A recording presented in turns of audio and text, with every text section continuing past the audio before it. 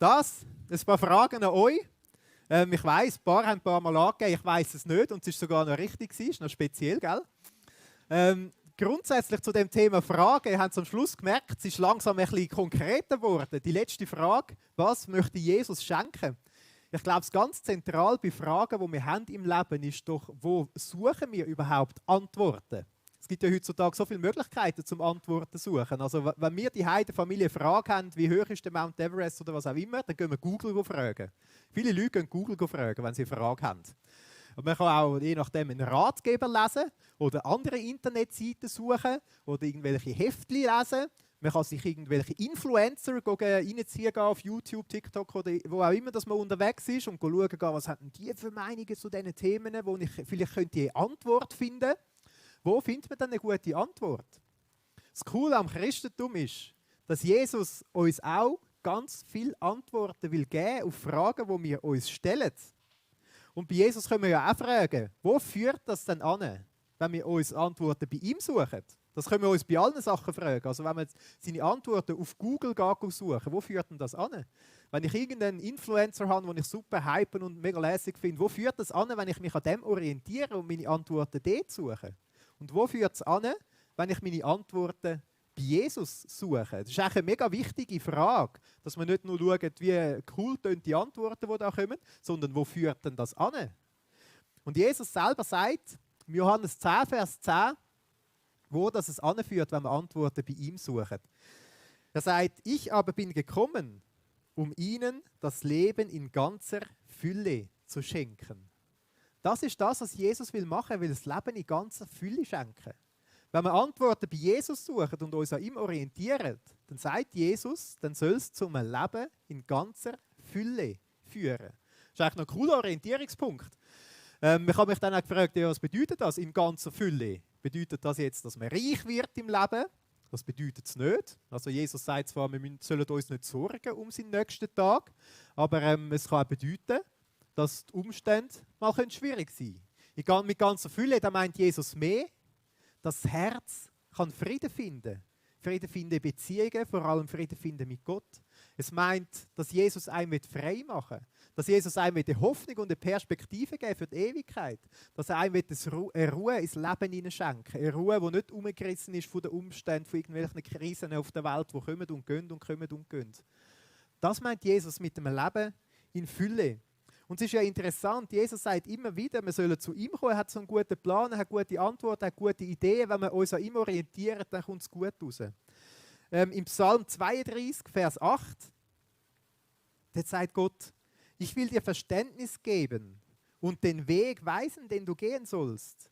Ich will dich beraten, mein Auge ruht auf dir.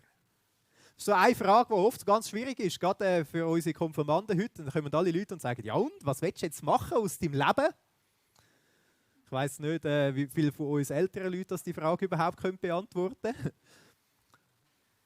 Aber Jesus sagt, er hat den Weg, den er uns weisen will, den er uns beraten will, wo wir darauf gehen können. Und Gott selber sagt, in Jeremia 29, Vers 11, denn ich weiß genau, welche Pläne ich für euch gefasst habe, spricht der Herr. Mein Plan ist, euch Heil zu geben und kein Leid. Ich gebe euch Zukunft und Hoffnung. Also der Plan, den Gott für die Menschen hat, ist ein Plan von Heil, von Heilung, von einer inneren Heilung, von einer heiligen Beziehung auch mit Gott. Aber ein Plan auch mit Zukunft und mit Hoffnung. Was für eine wunderbare Perspektive. Also ich denke, für mich persönlich, wenn ich Fragen habe, vor allem auch wichtige Fragen, dann will ich mich an Jesus orientieren, weil das, was er sagt, das ist absolut vielversprechend. Jetzt wollen wir aber auch ganz konkret sein. Wie funktioniert jetzt das im Leben? Das tönt ja so fromm, ja, Jesus hat so gute Antworten und so. Aber was ist, wenn ich jetzt wirklich Fragen habe? Wie höre ich denn die Antworten, die Jesus hat? Und ich habe 4 ganz konkrete Punkte, wie so Antworten können aussehen. Und zwar der erste Punkt ist der, wir haben ja wirklich mega viele Fragen im Leben. Die tragen wir mit uns um und sind mit diesen Fragen unterwegs und bewegen die Fragen. Und es ist so manchmal, als würde man mit einem grossen Fragezeichen durchs Leben durchlaufen. Und mein erster Punkt, den ich dir mitgeben möchte, ist, dass man die Fragen zu Gott bringen. Dass wir sie nicht für uns behalten, sondern dass wir mit Gott über unsere Fragen ins Gespräch kommen. Im Psalm 50, Vers 15 werden wir sogar explizit dazu aufgerufen. Das heißt es, und rufe mich an am Tag der Not. Ich will dich retten und du wirst mich verherrlichen. Also Gott selber fordert uns auf, wenn ihr Fragen habt, wenn ihr Not habt, wenn ihr komische Umstände habt, wenn so Fragezeichen in eurem Leben kommen, dann ruft mich an, dann redet mit mir, dann kommt mit mir ins Gespräch, dann sucht den Kontakt. Und es gibt so viele Bibelstellen, wo Gott zeigt, dass er nahe ist. In Jesaja 55 sagt er, suche mich, solange ich nahe bin und mich finden lasse. In der Sprüche 8 sagt er, wer mich sucht, wird mich finden. Oder in der Apostelgeschichte 17 zum Beispiel, dass Gott alle Völker bestimmt hat, ihn zu suchen, weil er ist ja eigentlich so nahe. Also der erste Punkt, wenn man Fragen hat, oft geht man googeln oder macht weiss auch nicht was damit. Und meine Ermutigung für dich ist, bring deine Frage zu Jesus. Probier das mal aus. Wir wollen heute auch wie ein kleines Experiment machen. Vielleicht gibt es eine Frage, die du schon lange bewegst in deinem Leben. Und vielleicht ist heute der Punkt, wo du sagst, ich will meine Frage zu Jesus bringen. Zu ihm, zum Kreuz. Symbolisch jetzt tue ich das mal dahin.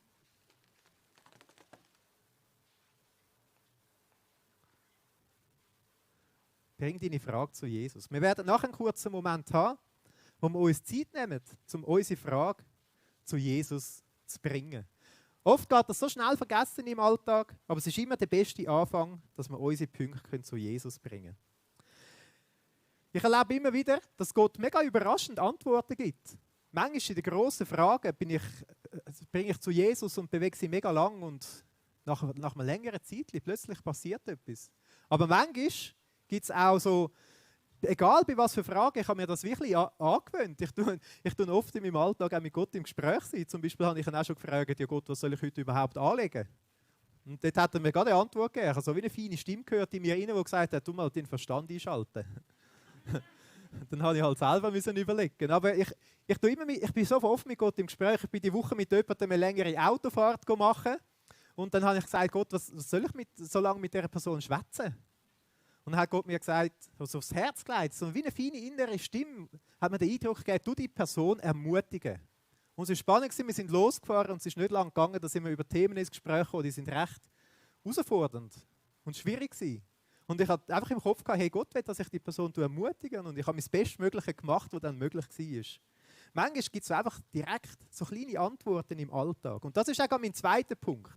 Wenn wir im Alltag unterwegs sind, ich habe das Gefühl, Gott redet viel zu uns. Oder wir spüren oder wissen, was echt richtig, was gut wäre zu machen.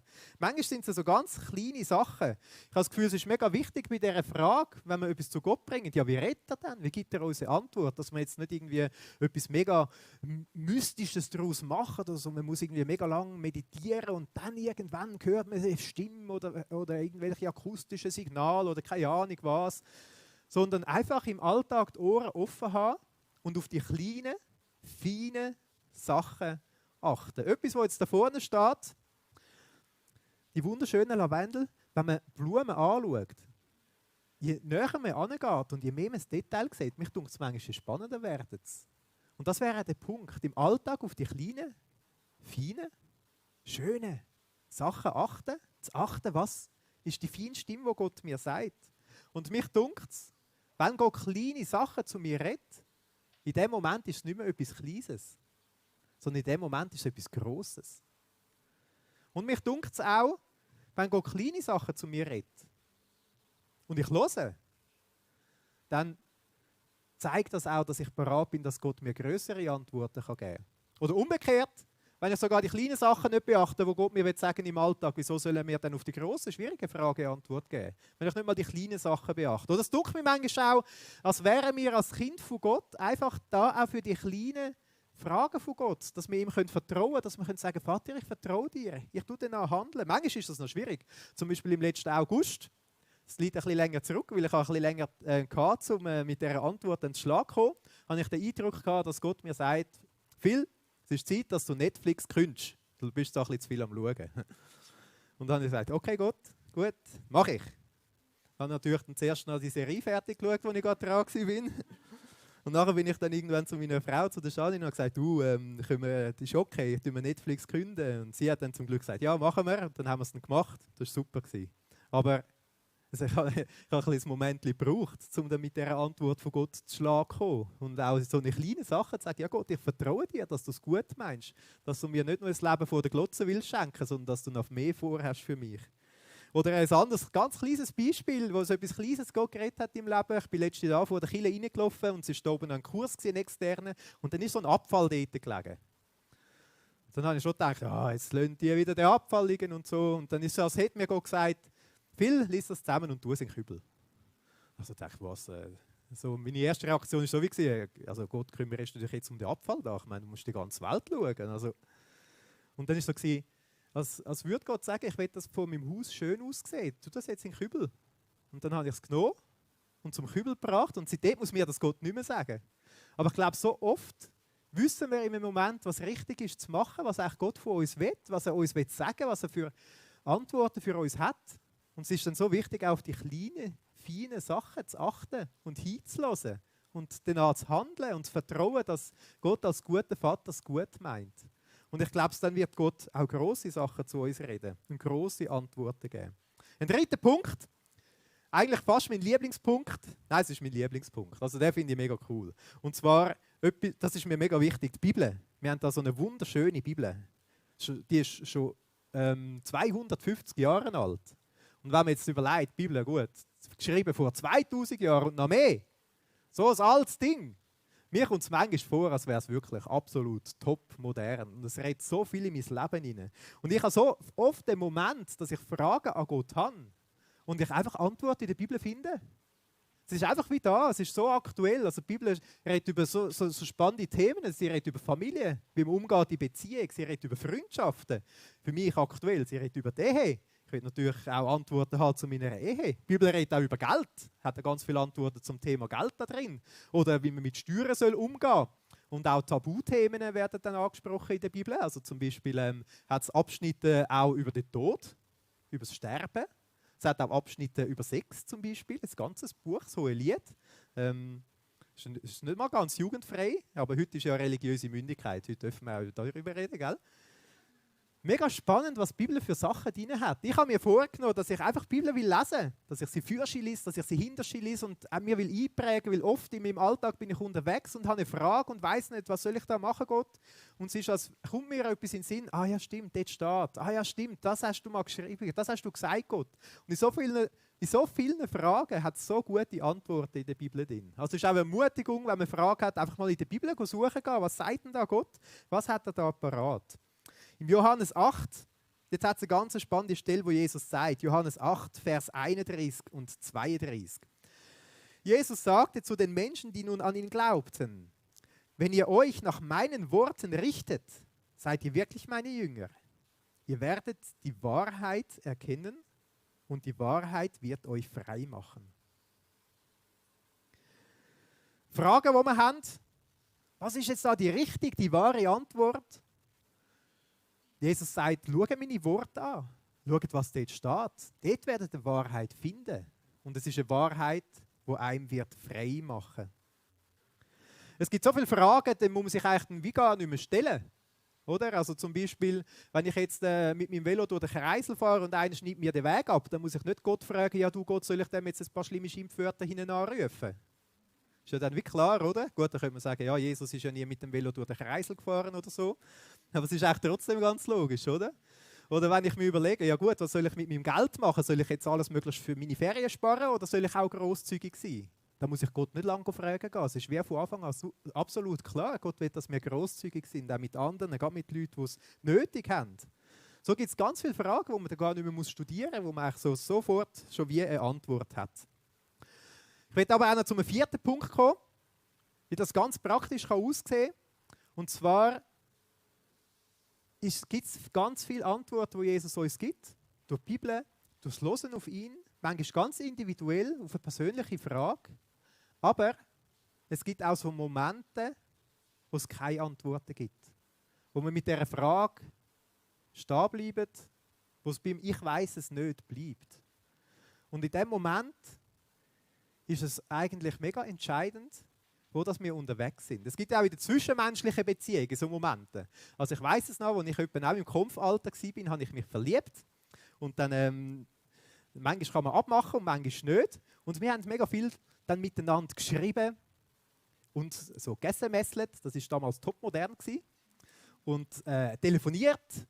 Und wir hatten so viele Fragen gehabt. Also, was hast du heute gemacht? Was beschäftigt dich? Wie geht dir das? Wie geht denn selbst? Was machen wir dort? Was ist denn so? Was hast du denn gerade für ein Kleid an? Und so wichtige Fragen haben wir uns gestellt. Und dann sind manchmal noch andere Momente gekommen, wo wir uns gesehen haben. Wo wir uns getroffen haben. Dann haben wir uns tief in die Augen geschaut. Und das sind so Momente, wo plötzlich die Fragen wie keine Rolle mehr gespielt haben. Vielleicht kennst du auch so einen Moment. Sehr schöne Moment. Und ich glaube, es auch im Leben oder unterwegs sein mit Jesus gibt es so einen Moment, wo es wichtig ist, dass wir ihm ganz tief in die Augen schauen und plötzlich merken, eigentlich sind meine Fragen gar nicht mehr so wichtig. So der Moment, wenn wir Jesus in die Augen schauen und seine Liebe sehen, die er für uns hat. Wenn wir sehen, wie er uns anschaut und wie er jede Kante und Ecke von uns sieht, wie er in die tiefsten Winkel hinein sieht, wie er die schöne Seite an mir sieht, aber wie er auch das sieht, was ich schlecht mache. Und dann trotzdem seinen liebevollen Blick, wie er mich anschaut mit dieser tiefen Liebe, mit so einem gnadenvollen, barmherzigen Blick, wie er da ist für mich und mir alles schenken will. Etwas absolut Riesiges und Gewaltiges. Wo plötzlich die Fragen, die man hat, wie nebensächlich werden. Vielleicht kennst du auch so Momente in deinem Leben, wo du Jesus angeschaut hast, also nicht bildlich vor dir gesehen hast, aber wo du Jesus so wie begegnet bist und wo du gemerkt hast, hey, du bist so überwältigt von ihm. Von dem, was er für dich gemacht hat, von dem, was er dir gibt, von dieser Liebe, die er dir zeigt, dass plötzlich die Fragen gar keine grosse Rolle mehr gespielt haben. Ich habe auch noch ein Beispiel heute mitgebracht. Als ich das gelesen habe, habe ich gemerkt, in diesem Leben sind wirklich mega viele Fragen auch aufgetaucht.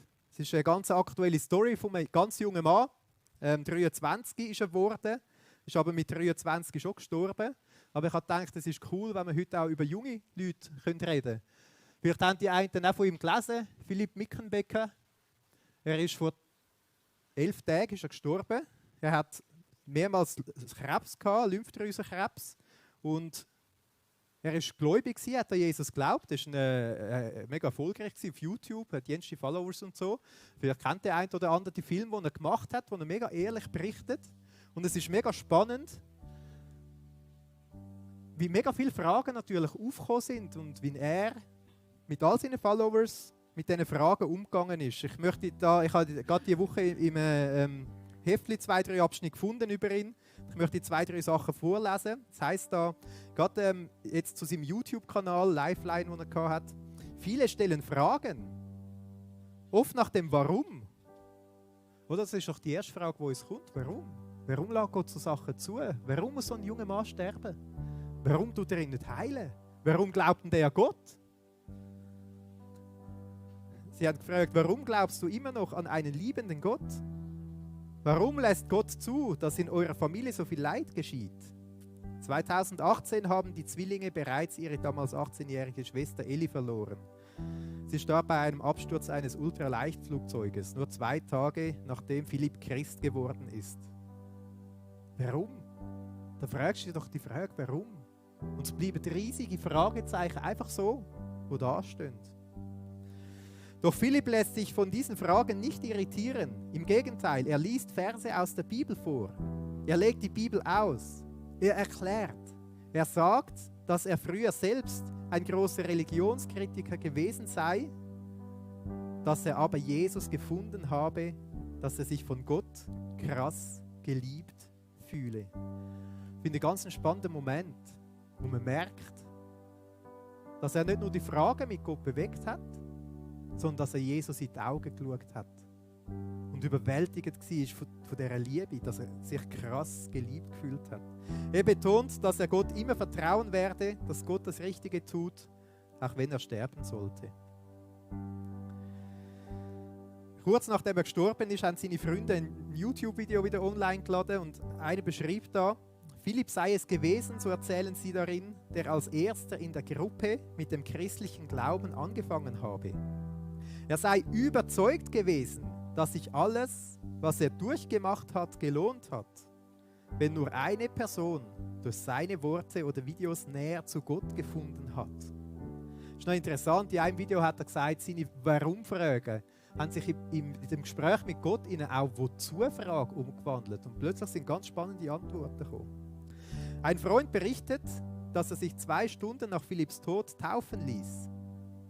Nach einer solchen Story nicht an Gott zu glauben, ist für mich nicht erklärbar, hat er gesagt. Die Freunde schreiben gewandt an die Zuschauer unter das Video, er hat sich für euch gewünscht, dass ihr Jesus persönlich kennenlernt und ihn in euer Herz schließt. Das ist auch ein Wunsch, den ich für uns habe und ich auch für unsere Konfirmanden habe. Es gibt Fragen im Leben, wo man keine Antwort findet. Und dann ist es wichtig, wer haben wir im Herz?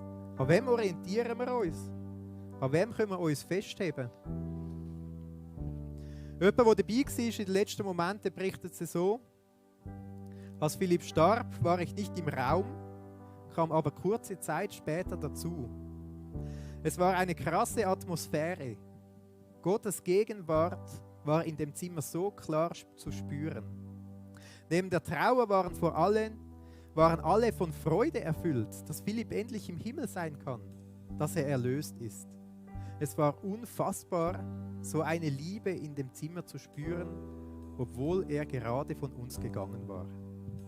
Wir sind an dem Abend noch alle zusammengeblieben, haben Lobpreis gemacht und zusammen getrauert. Kurz vor seinem Tod bedankte er sich, also das Philipp, bedankte er sich noch einmal für alle Gebete, sagte, dass er sich auf Jesus freut, dass er weiß, wo er hinkommen wird. Ich habe die Story gebracht, weil es gibt Momente, wo wir keine Antworten haben. Das machen wir dann. Dann ist es doch wichtig, dass wir jemandem in die Augen schauen können, der trägt, der Liebe für uns hat, der Hoffnung hat, der Perspektiven hat, die über unsere Fragen hinausgehen. Und das wünsche ich mir für uns und für euch, dass wir in diesem Moment, dass wir dann Jesus in die Augen schauen können. Ich möchte jetzt zum Schluss 2 Bibelstellen vorlesen. Aus dem Römer 5, Vers 6 bis 8. So ein Moment, wo ich wie Jesus in die Augen schauen kann. Jesus Christus kam ja zu einer Zeit, als wir der Sünde noch hilflos ausgeliefert waren und er starb für uns, die wir ohne Gott lebten. Selbst für einen guten Menschen würde kaum jemand sterben, am ehesten noch für einen herausragenden Menschen.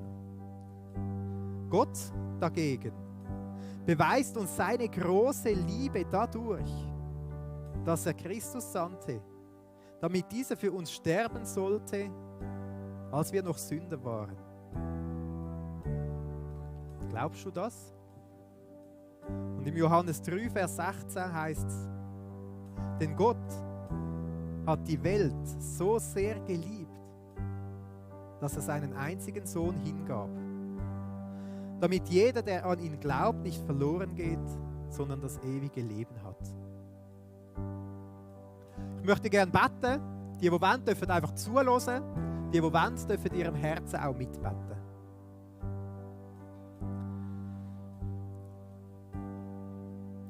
Jesus, wir haben oft so viele Fragen im Leben. Manchmal einfache Fragen, manchmal ganz alltägliche Fragen, aber manchmal auch schwierige Fragen, tiefe Fragen, bewegende Fragen.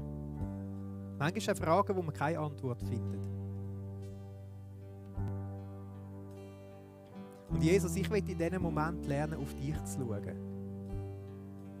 In deine Augen zu schauen. Überwältigt sein von dir und deiner Liebe, dass vielleicht die Fragen in diesem Moment gar nicht so eine Rolle spielen, sondern dass ich spüren darf, wie du alles im Griff hast. Dass du einen guten Plan hast. Und dass du mehr weißt, als wir jemals wissen können. Und Jesus, ich will aber lernen, wirklich mit meinen Fragen zu dir zu kommen, weil oft hast du so gute Antworten. Veränderst du unsere Warum-Frage in eine Wozu-Frage? Oder gibst du uns genau etwas mit auf den Weg, was das Richtige ist? Manchmal nicht das, was wir dann fragen, aber das, was wir brauchen in diesem Moment. Und so wollen wir jetzt auch einfach eine Moment von der Stille haben. Wenn du möchtest, darfst du eine Frage direkt zu Jesus bringen. Du kannst sie einfach in deinen Worten formulieren und sagen, Jesus, das ist meine Frage.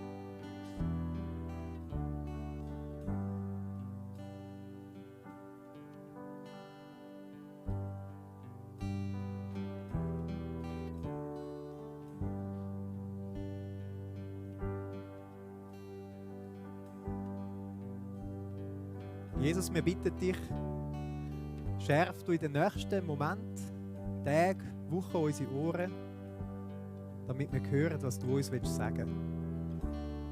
Amen.